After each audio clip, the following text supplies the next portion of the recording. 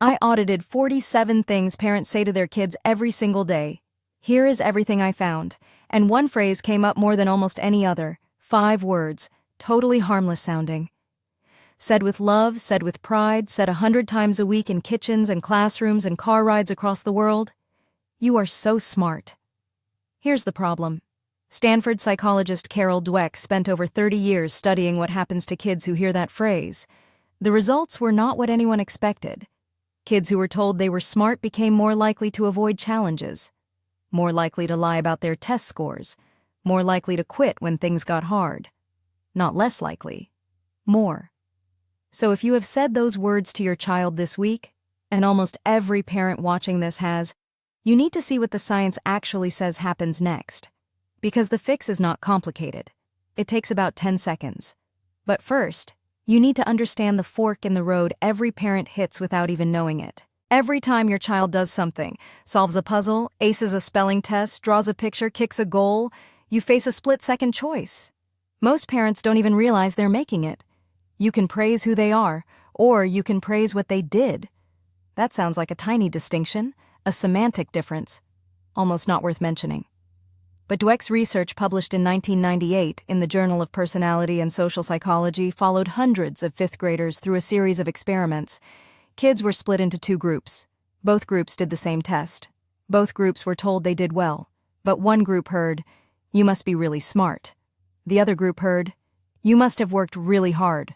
What happened next changed how developmental psychologists think about praise entirely. These 2 groups, same age, same test, same score, ended up in completely different places, and the gap appeared fast. Within one follow-up session. This is the fork.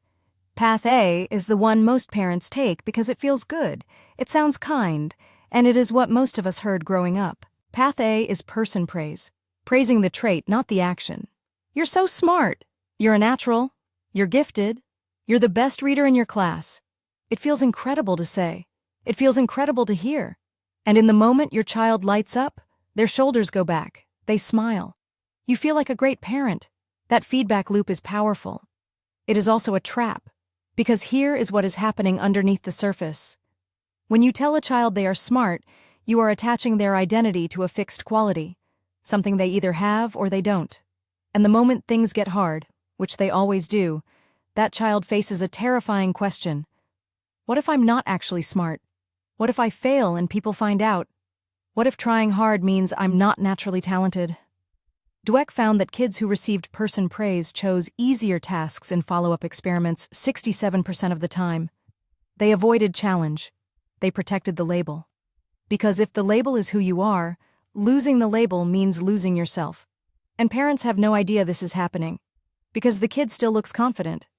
Until one day, suddenly, they don't. Here is where Path A actually ends up. And this is the part that shocked me when I dug into this research. Dweck's team did something almost cruel in the best possible scientific way. After the first test, they gave kids a second test that was deliberately much harder. Both groups struggled equally. Then they asked kids to report their scores to future students. The smart kids, 40% of them lied. They inflated their scores. The hard work kids, almost none of them lied. Think about what that means for a second. A single sentence, "You're so smart," increased dishonesty in kids within one session. Not over years, one session. But it gets more real than a lab experiment. This is the kid who cries when they get a B. The teenager who won't try out for the team because what if they don't make it? The college student who picks an easy major to protect their GPA. The adult who still can't handle criticism 30 years later. The trail always leads back to the same place. An identity built on a fixed label. You are smart. You are talented. You are the best. Labels that feel like armor but work like a cage. Path B is process praise, and this is the 10-second fix I mentioned at the top. Instead of praising what your child is, you praise what they did. The specific effort, strategy, or choice they made. You worked really hard on that. I noticed you tried a different way when the first way didn't work. You stuck with that even when it got frustrating. That strategy you used was really clever. Same proud parent, same loving tone, completely different message. Because now the message is, what you do matters. How you approach problems matters. Struggle is part of the process, not evidence that you're not smart enough. Dweck called this the growth mindset, the belief that abilities are developed, not fixed. And the kids in her studies who received process praise? They chose harder challenges 92% of the time in follow-up tasks. They saw difficulty as information, not as a verdict on who they were.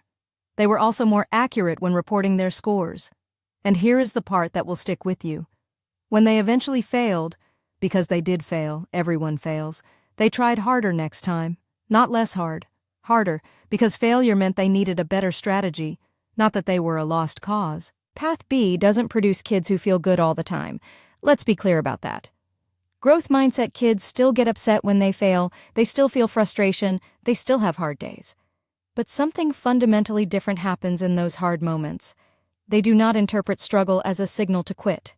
They interpret it as a signal to adjust. Research published in Child Development in 2014 followed kids across multiple years and found that growth mindset interventions, teaching kids that their brains literally grow through challenge, led to measurably higher academic achievement over time. Not just better attitude, actual results. But even beyond grades, the bigger gift is this. You are raising a kid who can handle real life, who can get passed over for a promotion and figure out what to do next, who can have a relationship fall apart and still believe they are capable of love, who can start a business, fail, and start again. These are not small things. These are the exact qualities that determine whether a person lives a full life or a small one. And it starts with what you say in the next 10 seconds after they show you something they did. So how do you actually make this switch in real life? Because knowing is one thing, but you have been praising your kids the old way for years, maybe decades, and habits are sticky. Here is a simple filter that takes literally 2 seconds. Before the praise comes out of your mouth, ask one question. Am I describing who they are or what they did? You're so smart. Who they are. You figured that out by trying 3 different ways. What they did. You're a natural athlete. Who they are. You practiced that move every day for 2 weeks and it showed. What they did. You do not have to be perfect. Nobody is. You will slip.